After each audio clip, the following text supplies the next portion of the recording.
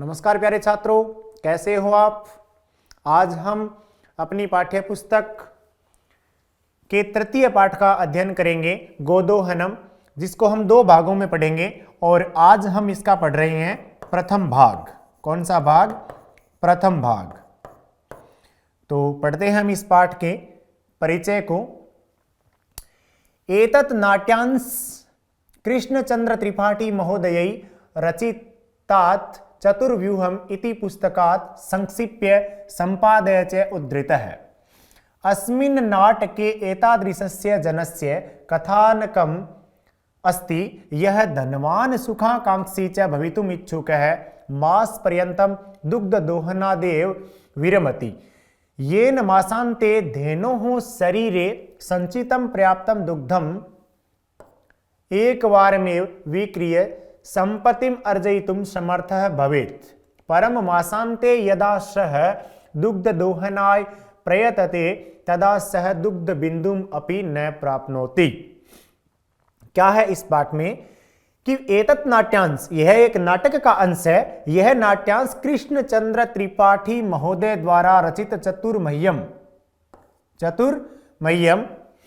चतुर्मह्यम पुस्तक से संपादित करके लिया गया। यानी कृष्णचंद्र त्रिपाठी की एक रचना है, उनका नाम है, उस रचना का नाम है चतुर्मह्यम। उस पुस्तक से इसको संपादित करके लिया गया है। और इस नाटक में ऐसे व्यक्ति की कथा है, यानी एक ऐसे व्यक्ति की कथा है जो धनी और सुखी होने की इच्छा से, यानी धनवान होना चाहता है और सुख भोगना चाहता है। इसकी इच्छा से प्रेरित होकर 1 महीने के लिए गाय का दूध निकालना बंद कर देता है। क्या करता है? इस नाटक में ऐसे व्यक्ति की कथा है जो धनी और सुखी होने की इच्छा से प्रेरित होकर 1 महीने के लिए गाय का दूध निकालना बंद कर देता है। क्यों?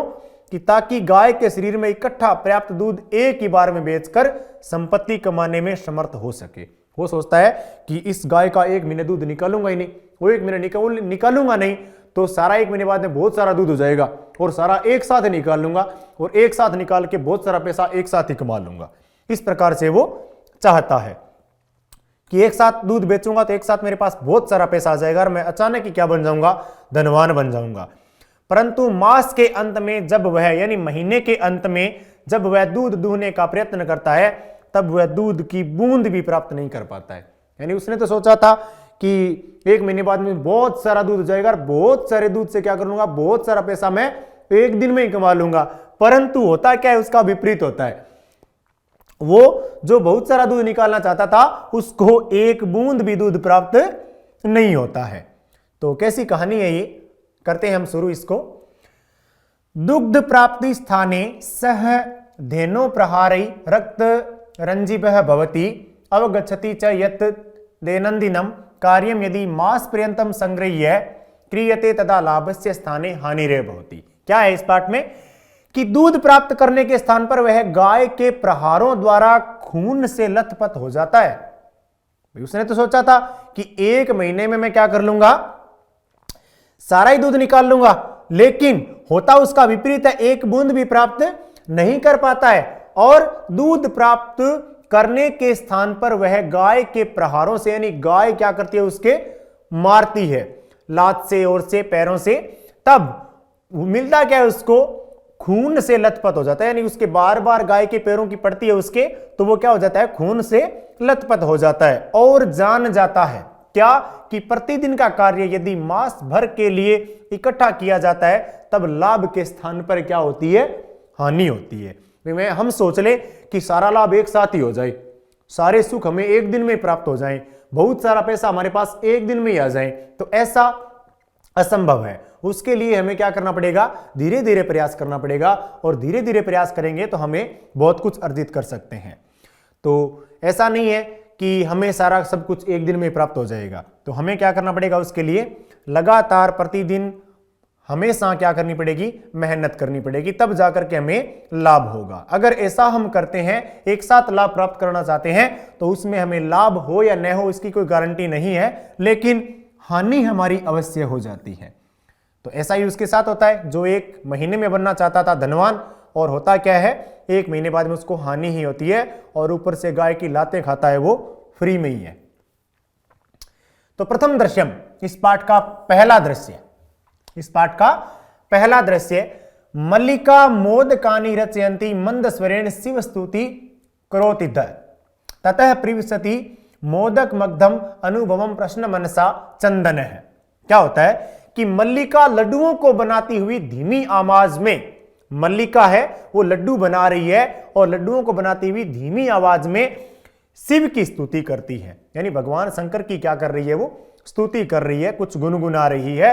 और ततः प्रविशति, उसके बाद लड्डुओं की सुगंध को अनुभव करते हुए प्रश्न मन से चंदन प्रवेश करता है। घर में लड्डू बन रहे हो तो बताओ कौन नहीं पहुंचे वहां पे, सबको खुशबू आ जाती है।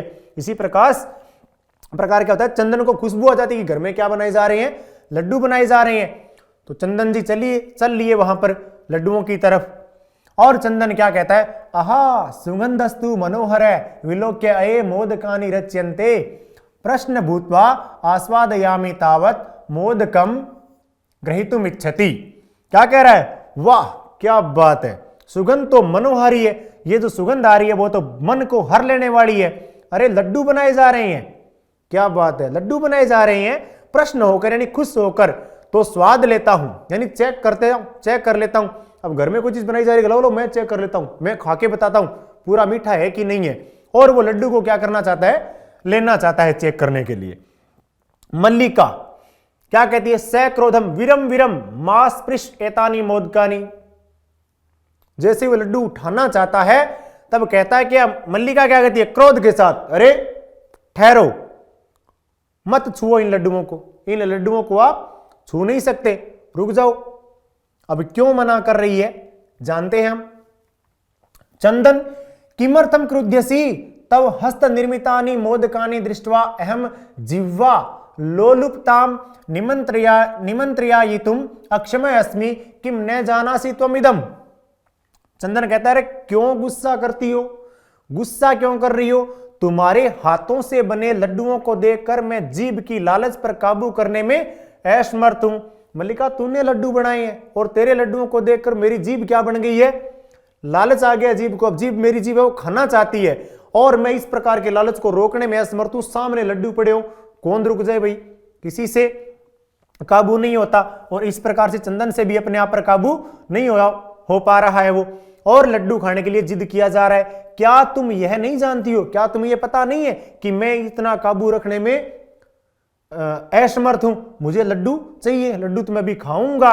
मल्लिका क्या कहती है, सम्यक जानामि नाथ, सम्यक जानती हूं, परम एतानी मोदकानी पूजा निमितानी संति। मल्लिका क्या कहती है, अच्छी तरह से जानती हूं स्वामी, मुझे पता है आपको ये कि आपको लड्डू चाहिए, लड्डू खाए बिना आप नहीं रह पाएंगे और आपका मन कर रहा है लड्डू खाने का, परंतु ये लड्डू पूजा के लिए हैं और जो पूजा के लिए लड्डू हैं वो पहले भगवान के चढ़ाए जाएंगे प्रसाद रूप में और उसके बाद में ही आपको प्राप्त हो सकते हैं। तो चंदन क्या कहता है, तरही शीघ्रमेव पूजन संपादय प्रसादम च देहि। लालच बढ़ता ही जा रहा है। चंदन क्या बोला, तो जल्दी ही पूजा करो, जल्दी चढ़ा दो, अभी चढ़ा दो और प्रसाद को दो मुझे, यानी इस लड्डुओं को तुम क्या करो, अभी चढ़ा दो और मुझे अभी प्रसाद दे दो। तो मल्लिका कहती है, भो अत्र पूजनम न भविष्यति अहम स्व सखी भी सह स्व प्रातः काशी विश्वनाथ मंदिरम गमिष्यामि तत्रा गंगा स्नानम धर्म यात्रा च वयम करिष्यामः। कि तो जल्दी ही पूजा करो और प्रसाद को दो। तो मल्लिका कहती है, अरे यहां पूजा नहीं होगी, मैं अपनी सखियों के साथ कल सुबह काशी विश्वनाथ मंदिर की ओर जाऊंगी, वहां हम गंगा स्नान और धार्मिक यात्रा करेंगी। यानी सभी सखियां मिलकर हम वहां जाएंगी और वहां पर गंगा स्नान भी करेंगी और काशी विश्वनाथ के मंदिर में वहीं पर हम ये प्रसाद चढ़ाएंगी। उसके बाद में आप ये खा पाओगे, उससे पहले तो नहीं खा सकते। चंदन सखी भी सह न मया सह विषादम नाटयति।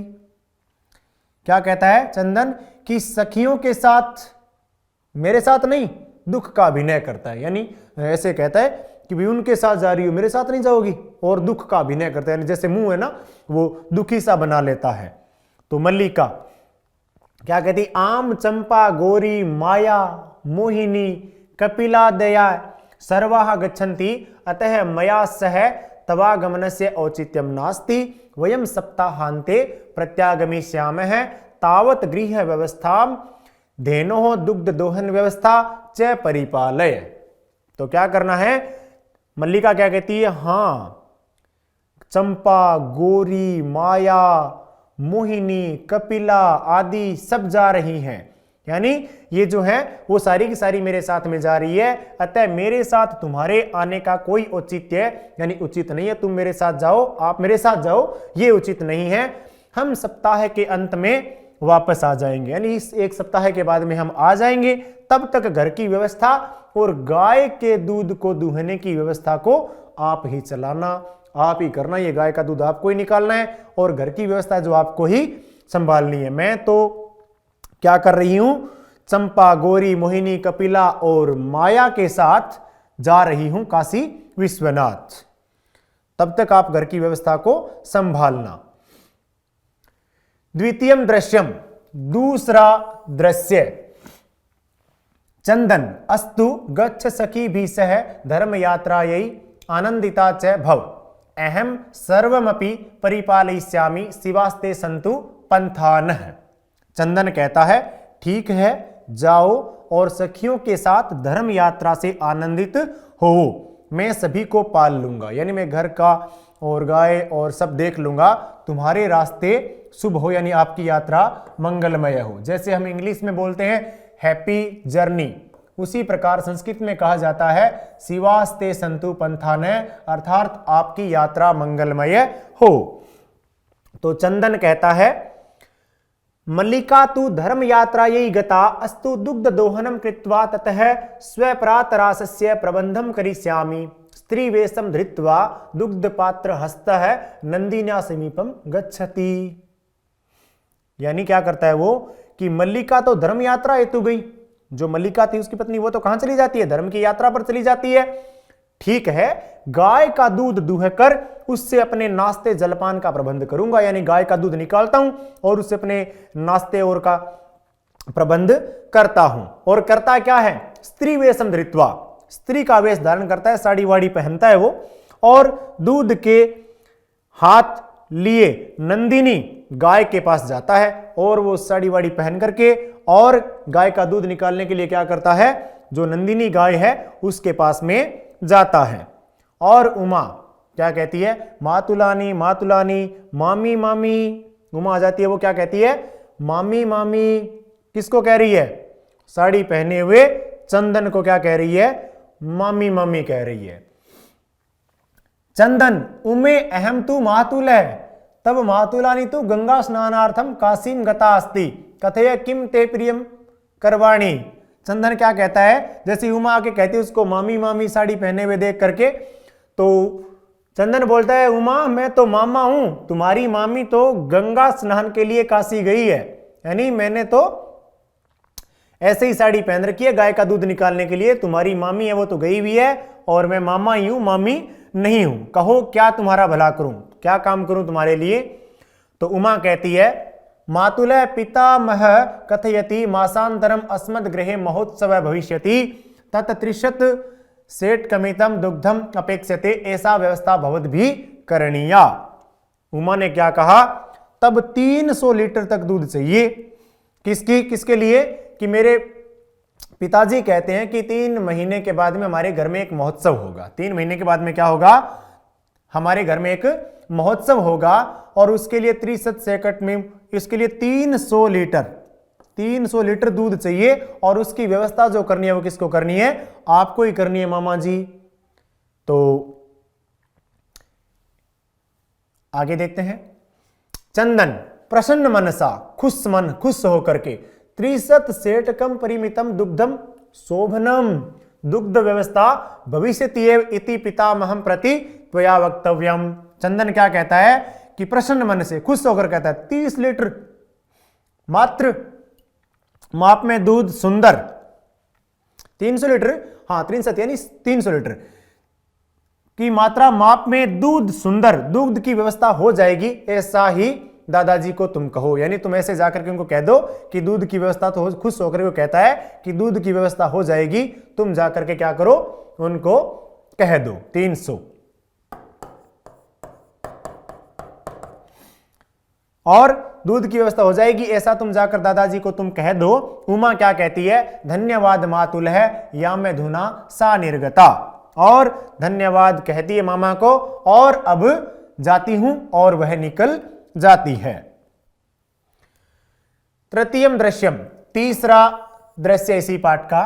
चंदन प्रश्नो भूत्वा अंगुलीसु गणयन अहो त्रिशत सेटकम दुग्धम अनेन तु बहुधनम प्लप्स्यसे नंदिनीम दृष्ट्वा भो नंदिनी तव कृपया तु अहम धनिका भविष्यामि प्रश्न सह धेनो बहु सेवाम करोति। और क्या कहता है चंदन, प्रश्न होकर अंगुलियों पर गिनता हुआ, ओ 1 2 300 लीटर दूध, इस प्रकार से गिनता हुआ, अरे 300 लीटर दूध, इससे तो बहुत धन प्राप्त करूंगा, यानी बहुत सारा पैसा आ जाएगा मेरे पास तो, और इतना धन पाऊंगा कि मैं क्या हो जाऊंगा, धनवान हो जाऊंगा। नंदिनी को देखकर, यानी गाय को देखकर, नंदिनी में दृष्टवा यानी गाय को देखकर, हे नंदिनी तुम्हारी कृपा से तो मैं क्या हो जाऊंगा, धनी हो जाऊंगा, धनवान बन जाऊंगा।